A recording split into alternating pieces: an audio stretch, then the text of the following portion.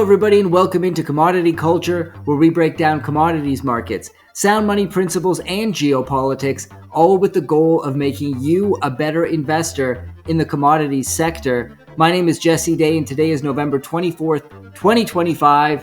And on this episode, I'm thrilled to welcome Alex Krainer to the show, an author, market analyst, hedge fund manager, and the creator of iSystem Trend Following. Alex thinks the EU leadership is preparing for a full-scale war with Russia and has no qualms about sacrificing their youth to the meat grinder to prop up their rapidly decaying grasp on power. Will the US proposed peace plan put a stop to this frightening outcome, or is it too little too late?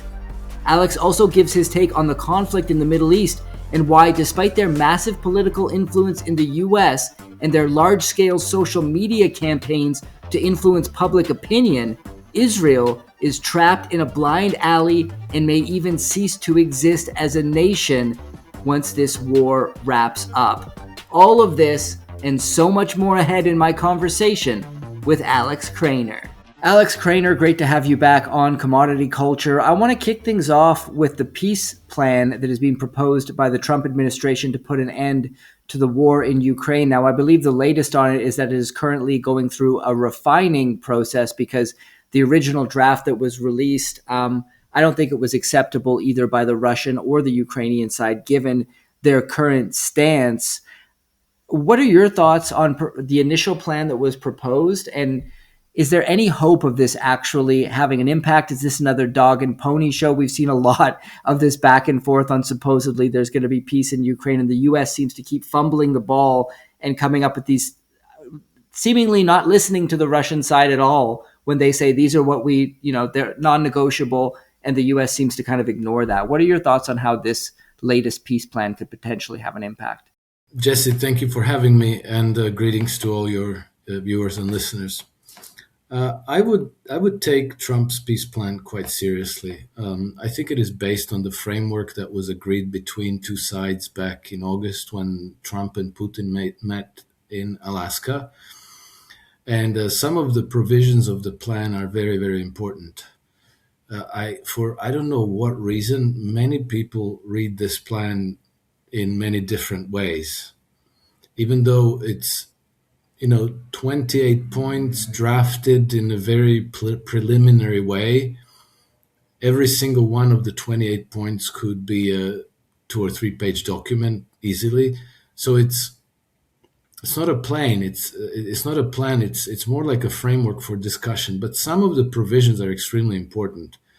One of them is that Ukraine will not become a NATO member. And not only that, Ukraine is asked to enshrine this into their constitution. So to make it a constitutional provision that Ukraine will not join a Western military alliance like NATO. Second, NATO itself is supposed to put it into their articles that Ukraine will not become a member in the future. So these two address Russia's security concerns in a very important way. Thirdly, and when I say thirdly, I'm just talking on the top. This is not point 3 of the document itself. I'm just, Thirdly, the Russians themselves are being asked to pass a law through their legislation that they will not continue waging war westward toward Europe to make that a national law, which is a very important provision because the current hysteria in Western Europe, which is going along with frantic preparations for war in Germany, France, Poland, Finland, and certain other countries, Romania and Moldova is not a EU nation, but they're following the same playbook. Because the leaders in these countries are telling everybody, the Russians are coming, the Russians are coming. And the narrative is that, when they're done with Ukraine, the Russians will just carry on, all the way to Paris or London, who knows? They're they're going to try to conquer the whole continent or something. And I hear many people, even you would think serious people, who have no qualms to say, well, Vladimir Putin has made it clear that when they're done with Ukraine, they're going to. And if you ask them, excuse me, where exactly did he make that clear? Could you point me to a speech, a document, a statement, anything at all? Vladimir Putin never made that clear. He never said anything of the sort. To the contrary, many times he said exactly the opposite, that they have no intention of attacking any European or NATO country. But nevertheless, this is being used as a part of the narrative to foment fear and hysteria in Europe and to say, well, we have to go to war. Well, you're going to have to sacrifice your children, as the chief of defense staff of France just told the gathering of mayors, and then he told them, well, go back to your towns and pass the message that people have to prepare for war and they're going to have to be prepared to sacrifice their children because the Russians are coming. Well, by Trump's peace plan, the Russians would enshrine it into their law that they will not come, which will make all this hysteria rapidly lose any traction and credibility. So that's important. And so I wouldn't, I see a lot of people make light of this plan. It's a serious document, and it's been well thought through, and the provisions that it makes are serious and important, and definitely a good foundation on which to build not just peace for Ukraine, but an entirely new security framework for Europe, so that we can at last transcend this state of forever wars that we are obviously in, and which the current leadership in Europe, led by Friedrich Merz in Germany and Emmanuel Macron in France and Keir Starmer in Britain, they're desperately trying to maintain this status quo and keep the war in Ukraine going just long enough until they're ready to join the war. Finland, according to Tuomas Malinen, who is an analyst based out of Finland, he says that the preparations for war are just staggering in Finland. And so this is all real stuff, and I think that Trump's peace plan could put an end to this. The Europeans obviously hate it because it would end the war, and they're desperate to make sure that the war continues. And obviously, they came up with an alternative peace plan, which is completely divorced from reality. It has practically every provision there is drafted so that it's unacceptable to the Russians. They have 24 points there. And the calculated effect is that the war would continue. By European peace plan, the war will continue. Well, they would say, like, well, you see, the Russians are not interested in peace. But the peace proposal is complete delusion. Anyway, I think that a careful reading of the document that was leaked from Trump administration is actually a very, very encouraging document. Apparently, there's more than one version out there. So I don't know, there's psyops. There may be versions that are deliberately distorted. I read my version from Professor Ivan Kachanovsky, who is a very, very rigorous researcher,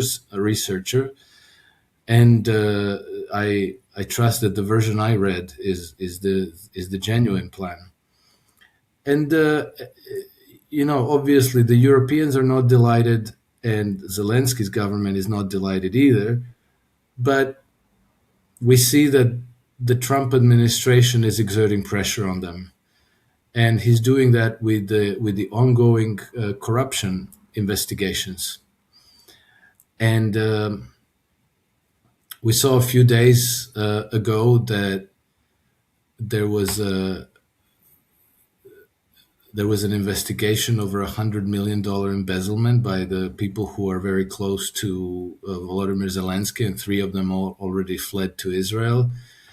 And the status of Andriy Yermak is not clear. He's not in Ukraine. He turned up in Geneva over the weekend.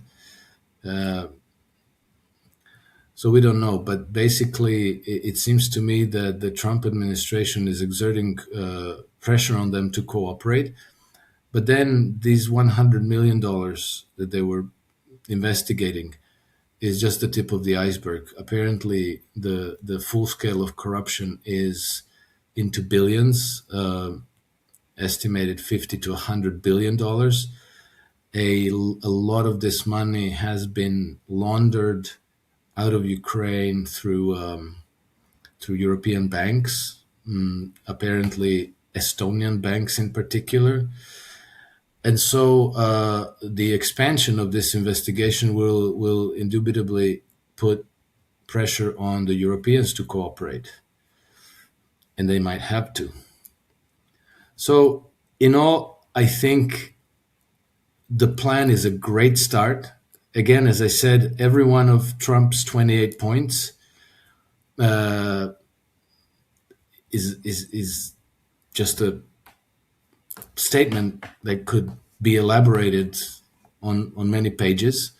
So obviously, it's just a framework for negotiations, but I think it's a very good framework.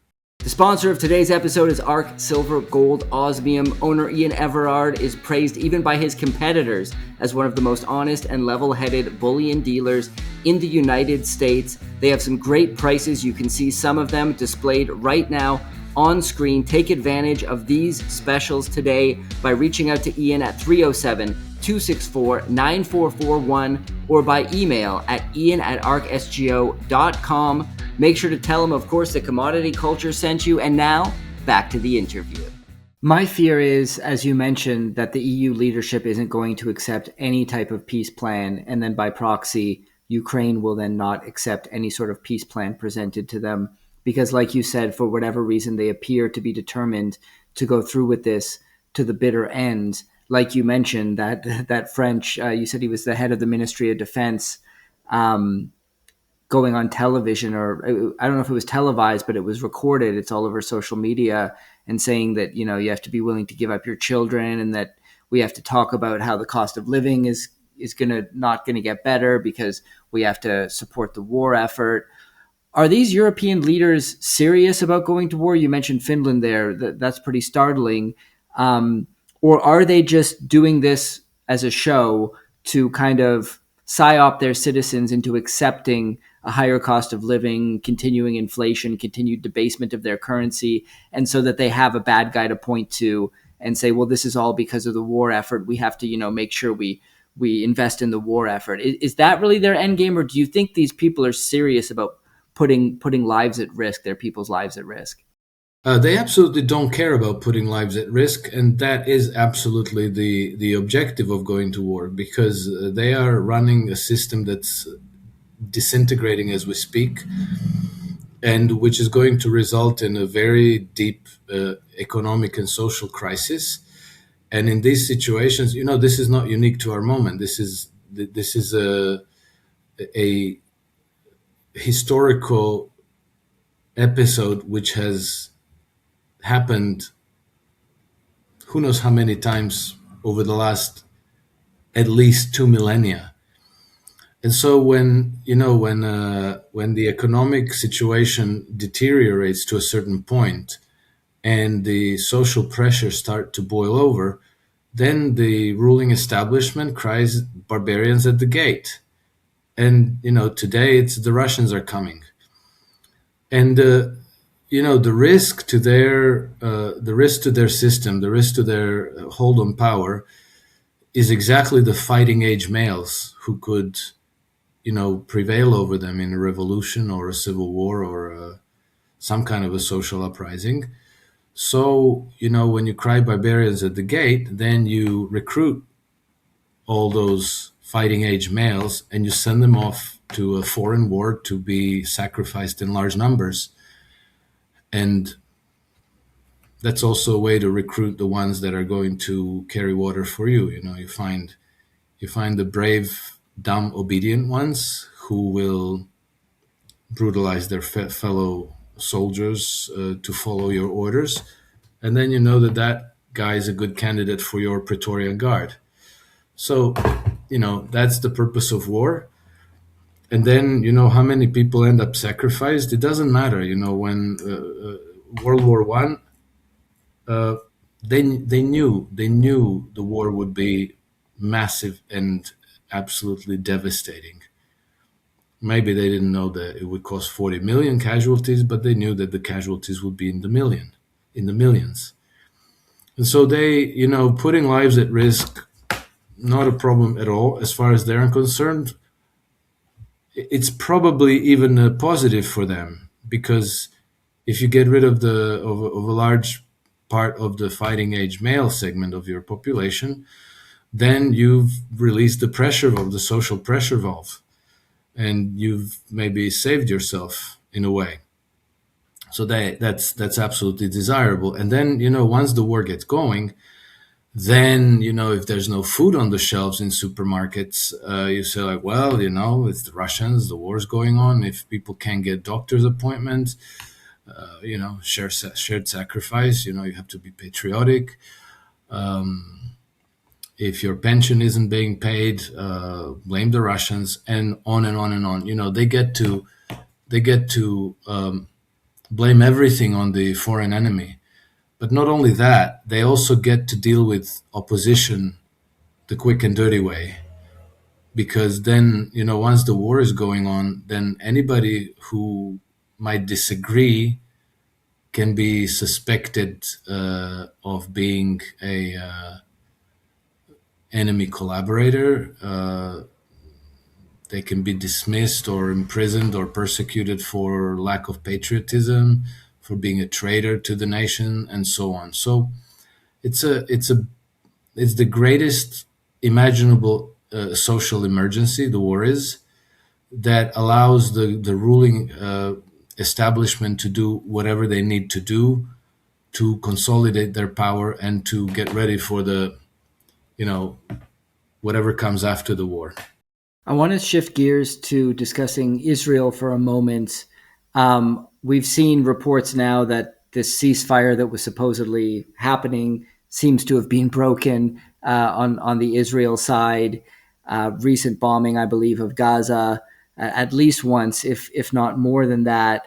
We're also seeing Israel attempt to kind of capture the social media space and put forward so-called influencers in the West to push a pro-Zionist message. This includes Jewish billionaires like Larry Ellison taking over TikTok and bankrolling the state of Israel through various intermediaries, bankrolling all sorts of ads, getting individuals on their side to spread their message. On its face, this looks extremely sinister. I mean, this looks like the move of somebody who's got something to hide. Do you think the public sees through this, or is there a risk of this propaganda campaign having its intended effect and potentially whitewashing the ongoing, many are calling it a genocide. It's very difficult to not call it that at this point. It doesn't, I don't know if they're going to be successful with this, because they're just implementing their playbook as they always have done. But I think that the horses have bolted. So they do have these influencers, and they do have these very clever techniques of pushing pro-Israel propaganda on, let's say, evangelical Christians, using these very sophisticated technological programs that, when people go to church, then they geolocate them, then they know that they're in church, and then they know that these are, this is their target audience, and then when they come out of church, they stuff their social media channels on their phones with pro-Israel propaganda. And then they have these influencers that they pay for tweets and posts on Facebook and Instagram and so forth. But as far as I can tell, these influencers are kind of lightweights, to not call some of them bimbos. And I don't know how much influence they actually have, because these are serious things, not whether you should wear pink lipstick or red lipstick on a dinner date. This is serious stuff. And at the same time, you have other kinds of influencers who are gaining enormous traction, and they are serious people. They're not, bimbos and airheads. You have people like Dave Smith and Max Blumenthal and Tucker Carlson, and who are all doing some very rigorous investigative work and presenting facts to people. So I think that it will be very hard for Israel to reverse this loss on the public opinion and in the court of public opinion. And what they're doing now is maybe even counterproductive, in the sense that if you have to do all this, well, maybe that means that you don't really have the argument. Because, like, for example, Russia is fighting a war against Ukraine. They're not buying up TikToks and MGMs and all these companies to make sure that people can receive their propaganda properly and in abundant enough manner. Because whether you agree or not, Russia has a case, and that case is credible and it has merit. But Israel, as you said, like, I don't know who still doesn't agree that they've committed genocide in Palestine. And so, can you cover that up with just propaganda, young influencers, and by stuffing people's social media with pro-Israel propaganda? I doubt that will work. So I think that they're grasping at straws, and I think that Israel got themselves into a blind alley, and there's no way out. And I think that they failed to create a two-state solution to allow Israelis to live in peace on their land. And so I think that the other solution will be a one-state solution, and maybe it won't be called Israel. Maybe it will be called something else, like Palestine. So I think it's probably game over for that country.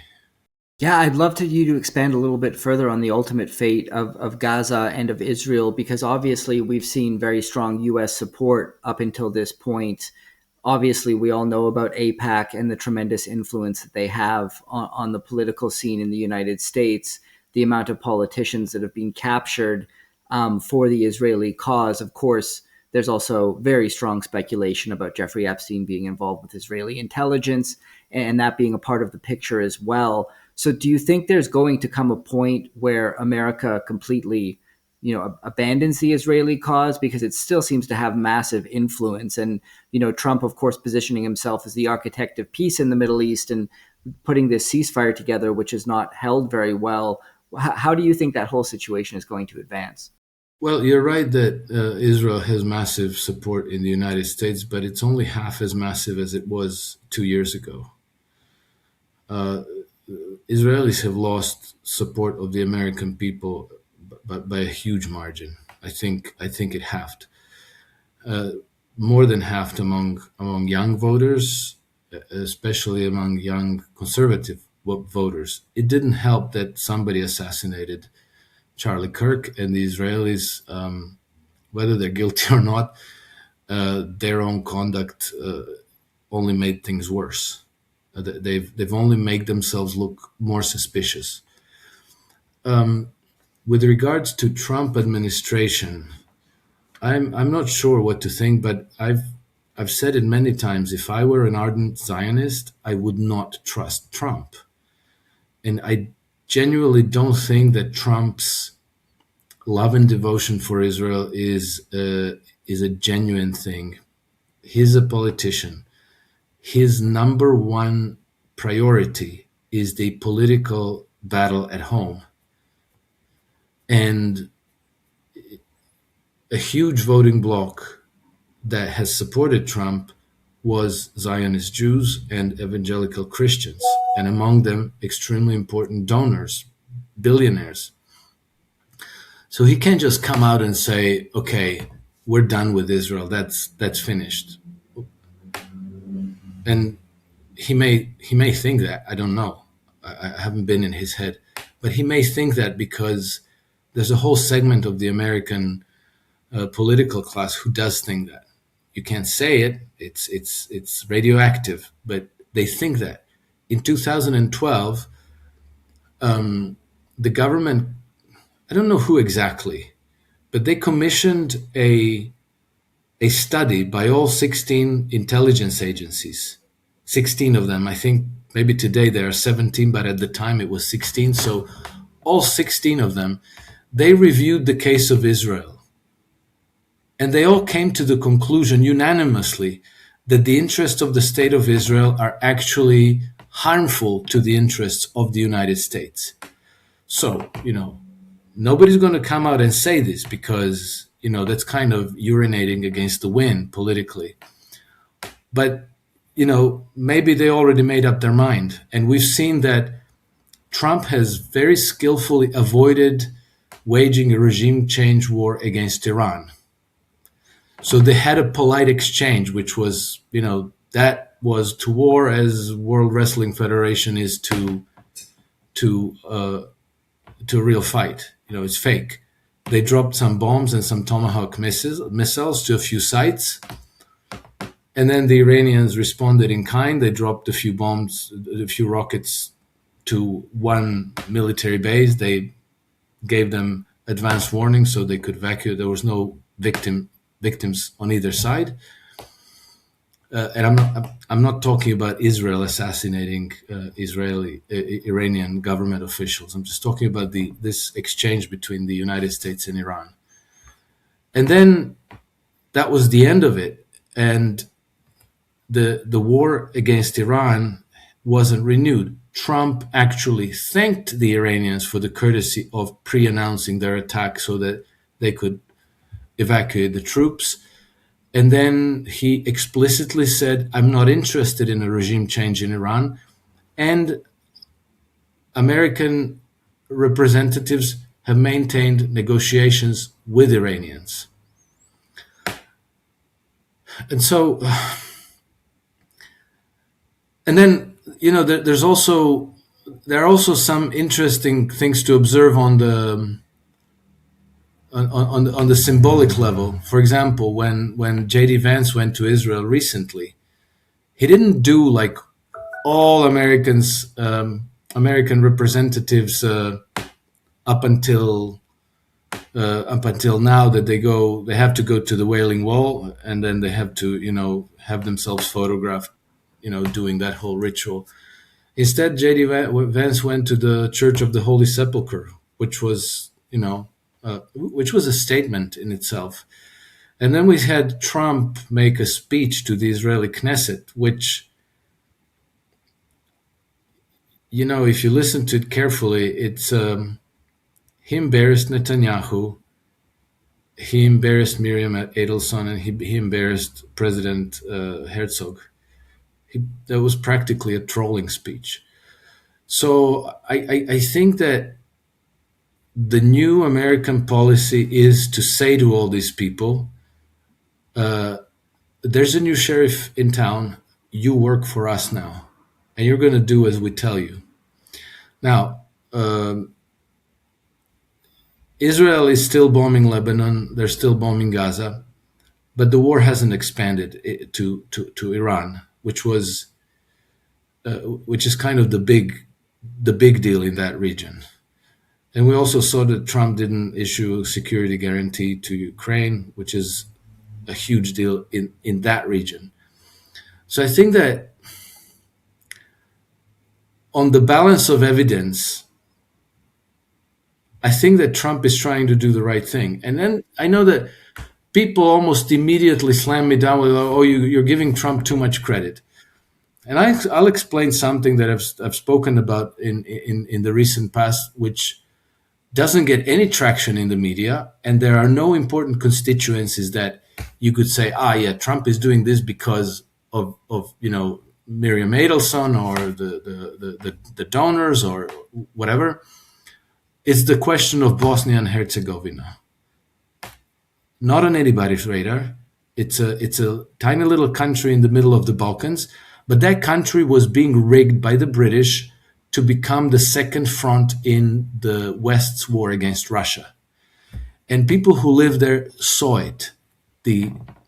First of all, Sarajevo is crawling with British, media people, public relation people, diplomats, intelligence people, military people. It's full of them.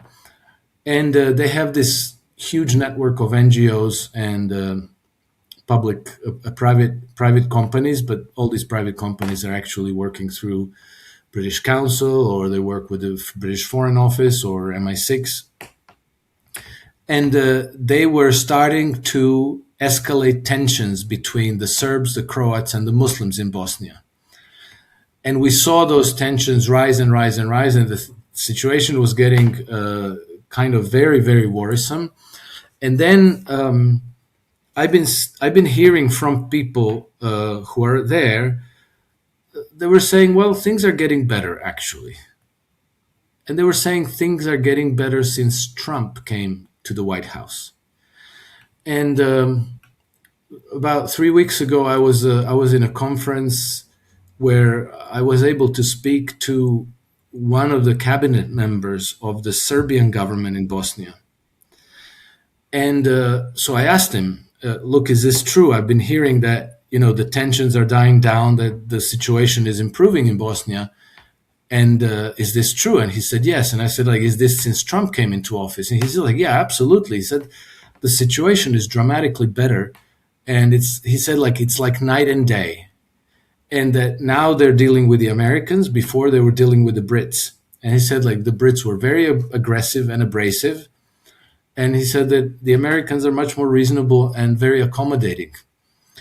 And, this is not a story that's out in the media where Trump is scoring political points. This is just a story where Trump may well have diffused one of the major crisis flashpoint, and that crisis flashpoint is very powerful because let's remember that's where World War I was detonated in 1914. So it's a very important crisis flashpoint, and the American side diffused those tensions and prevented war from breaking out. Well, at least for the time being. And they didn't do it to placate any donors or sell weapons or any of these, or do real estate deals. People say yeah. He's doing this in Gaza because he wants to real estate. He's doing it for his own fine, whatever. But in Bosnia, there's nothing like that. First you had to know what to do, and then you had to go and do it. So it didn't happen randomly or by accident. It was deliberate, purposeful action. And the effect of it is that they told the Brits, we're taking over, you're out of here, and we're doing things differently now. I think that's important to keep in mind because for some reason, Trump is on the receiving end of just about everybody, and he doesn't get any credit for even when he does something right. I want to end by discussing an edition of your Substack that you recently released where you talked about the possibility of new lockdowns. I believe this came on the back of an inquiry into the COVID pandemic in the UK, and one of the conclusions was we should have taken more stringent rules and regulations earlier, and then maybe we could have avoided the lockdowns, which, as you pointed out, is pretty absurd because they're talking about social distancing and mask wearing, things that we know does not stop the spread of that illness. Lay out your case for us of why you think they could perhaps pull this rabbit out of their hat one more time. And do you think the compliance rates would be much less than they were the first time around if they attempted it again? Yeah. So the reason why I think they are toying with the idea of introducing lockdowns again is because it's the same thing that happened in 2019. Their financial system is coming apart. The Fed, the Bank of England, and the ECB are up to their necks in the repo markets, meaning that at least one big financial institution in each of their systems failed, maybe more than one, and they are forced to flood the system with liquidity to keep it from grinding to a halt. The inquiry that just came out in England by Baroness, I forget her name, it starts with H, Miss Baroness HH, let's call her. Okay. Anyway, she published this massive inquiry of more than 1,500 pages, and the whole thing wasn't about the most colossal blunder in history of mankind.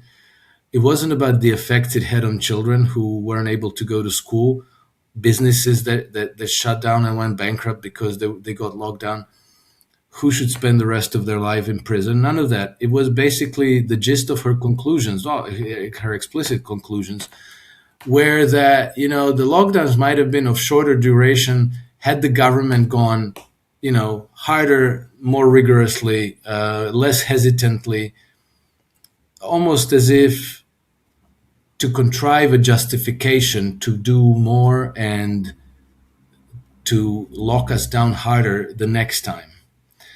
And I think that the reason why they're even talking about this is the virus that's on the loose in the financial markets. And just 2 days before this inquiry came out, Christine Lagarde at the ECB issued a warning saying that things are looking really bleak, which is unusual because, bankers usually try to convey the message that everything's fine, nothing to see here, carry on as usual. They're not warning you in advance that the banking system might fail, because then they could cause a panic. People will go to banks to take their money out and you'd have a bank run. So this is very unusual. And then, one thing that kind of went unnoticed is that 10 weeks ago, Ursula von der Leyen gave her State of the Union speech in front of the European Parliament. And she said that we were on the verge, if not already, in a new public health emergency, public health crisis, global public health crisis. And then didn't mention a thing about it. If we're in a global public health crisis, maybe somebody should have explained something about it so we know, should we wear masks? Should we distance? Should we put, the plastic everywhere around us, wear plastic bags over our head? What do we do? She just left it there. And so far it's been 10 weeks, not a word about it. What does that tell us? It tells us that they are, talking about what to do. They're talking about contingencies. How to stay in power when the system starts to implode on itself. And so they thought hey, lockdowns always do us good. We should go with that. And so she included that in her State of the Union address, but they obviously didn't decide anything. And I think that the reason that they didn't decide anything is because, to answer your last question, the compliance is probably going to be very, very low this time around because, they already tore up their credibility completely 5 years ago. And I think that they caused a mass awakening among the people. So they're hesitant. And so now they're publishing these inquiries saying yes, we didn't do it right the first time because we weren't, stringent enough. We were too mellow and hesitant about it. Next time we just go much harder. But I'm sensing a great deal of hesitation on their part because it's going to fail and they can't predict the consequences. Actually, it could tip the whole continent into a social uprising. Some great thoughts today, Alex. Tell us about iSystem Trend Following, Trend Compass, and anywhere else people can find your work online. Thank you. So I have two publications on Substack. One of them is a daily market newsletter called iSystem Trend Compass, which communicates daily trend following signals for a set of 18 global markets, including gold and Bitcoin. So that's daily. And then I also have a personal Substack where I publish a bit less frequently, but on a broader range of topics, including history and geopolitics and economics and so forth. It's called Alex Krainer's Substack. And then I'm also quite active on X. My handle is @NakedHedgie. Great. I'll put links to all of that in the description below. Thank you so much, Alex, for coming on the show. As always, it's been a blast. Thank you, Jesse. Always a pleasure to join you. And once more, thank you for having me, and greetings to your audience. Thank you for joining us today. Our sponsor, ARC Silver Gold Osmium, has some great prices on precious metals, bullion products. They are on your screen right now. Well, supplies last.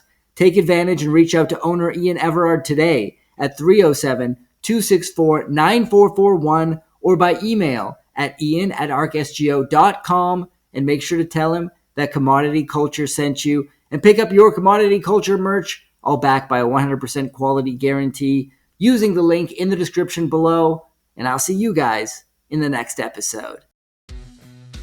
Commodity Culture is a series on commodities and natural resources. If you would like to see more, be sure to subscribe and hit the bell notification so you're always up to date with the latest episodes.